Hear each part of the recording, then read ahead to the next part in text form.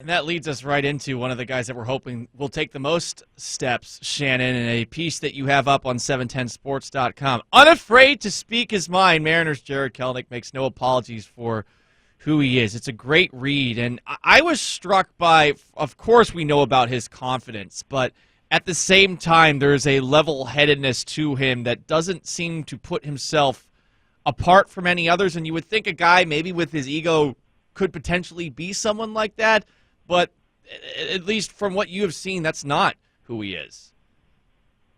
Yeah, and that's an important part of the puzzle. And I think so many times that when you see a young prospect, you get to know them on paper. You see, what they're hitting. You see what they're doing every day.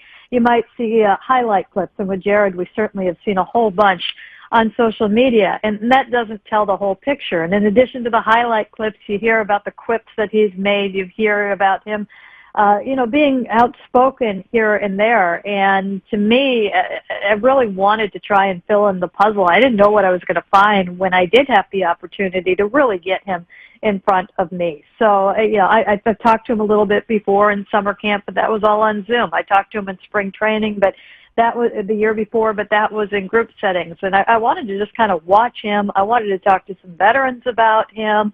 And then I wanted the chance to be able to sit down with him, and luckily I was able to do that. And we had the 20-minute conversation. It's a lot different this year. We don't have the access that we've had in the past. And it was funny because 20 minutes in, I said, I got to let you go. I could talk to you for an hour. And he laughed and he said, everybody says that about me. And I said, well, you're a talker. And he said, well, I'm going to answer questions. If you ask me a question, I am going to answer it. And he's very forthright, and he's very upfront. And, yeah, there's the brashness and, the smell you later comment that he had last year. And when I first got to spring training, he'd been there for a little bit, but you went down and you watch him on the backfield hitting, and if he hit a home run, he would turn around to see if everybody saw it. And not only if they saw it, but were they filming it? Are they going to put it on social media? Is it going to be out there? And then he'd come to the feds and, hey, you guys get that? And that's just outrageous behavior for any baseball player, let alone a 20-year-old. But that's who he is.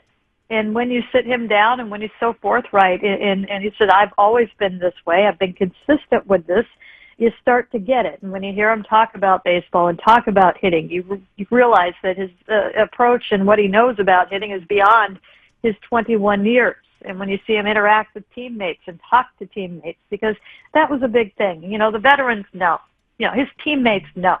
And if there was a problem with the way that, we are entertained by the things that he says, could that be a problem in the clubhouse? Well, they would know, and you would see reaction to that. And you didn't. And instead, you saw them trying to help him, and you saw conversations they would have with him. You saw conversations he would have with teammates closer to his age, and you just kind of really got the feel, and I backed it up with talking with a couple of people that this isn't a problem. They've embraced him as one of them. And then one of the other things that I would just throw in is, as much as it is me, take my picture, put it out there, he talks about his teammates. He talks about his aspirations for the team as much as he talks about himself, if not more. He said, I just want to bring a World Series to Seattle. He said, those folks haven't seen it since I was born. He said, I want to have a handful of rings for me, these guys around me, and for the fans. And when he puts it like that, and when you have that long conversation, it kind of paints a little bit of a different picture, I think, of him.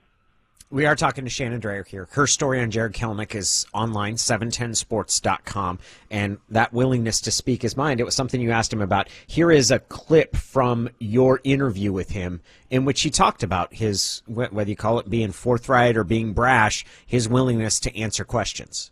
And I'm consistently like that. So I always, I'm very open. I tell people exactly how I'm feeling and what I want.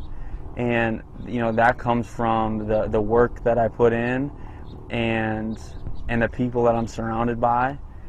And I have, all I want to do is come in here and help this team win and, go to the World Series, cover my hand in rings. Like that's what I want, because not only for me, but I want to do it with those guys, and I want to do it with the fans in general, because they haven't been there since I was born.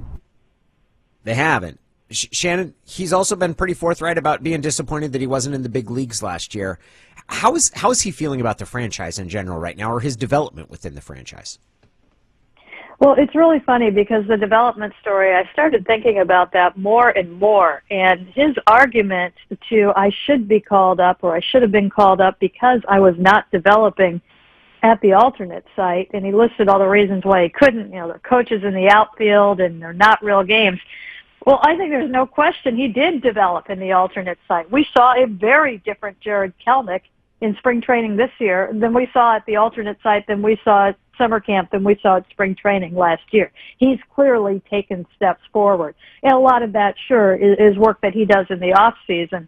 But I don't think you can say that he didn't develop because he looks closer. A year ago at this time, the Mariners put out before spring training, yeah, there's a good chance you could see him in the second half. A lot of people were saying July or August. I was thinking June. He obviously is a lot closer right now. So there was development.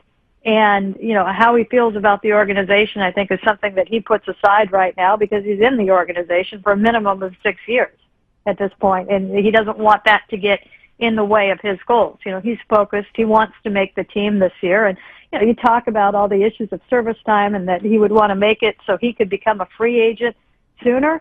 I think a big part of it would be naive to say, you know, the money aspect of it isn't something, but, you know, it's a huge honor to make an opening day roster. This kid is all baseball. Of course he wants to make it from the start of the season. I think that plays a big part in it. I think he's sincere when he says that he believes he can help this team win, and he wants to get it going now. Now, with all of that said, the only determinant in whether he is up or he is down to start the season should be, is he developed to the point where they have always wanted him to be before they call him up? It shouldn't have to do with, you know, well, it'd be a nice face-saving move to bring him up, and you know, it'd be a good move for the fans to show this. It shouldn't be a PR move. It shouldn't be because he's better than Jake Fraley or Taylor Trammell, because that spot's been held open for him for a reason, and that's so he can develop. But if you look at Jarred Kelenic coming out of spring training, and they've had a development plan for him all along, and Jerry DiPoto and that side of it have been extremely consistent with how they want him to develop and what they want him to get at the minor leagues. And if you think that he needs more, then he needs more.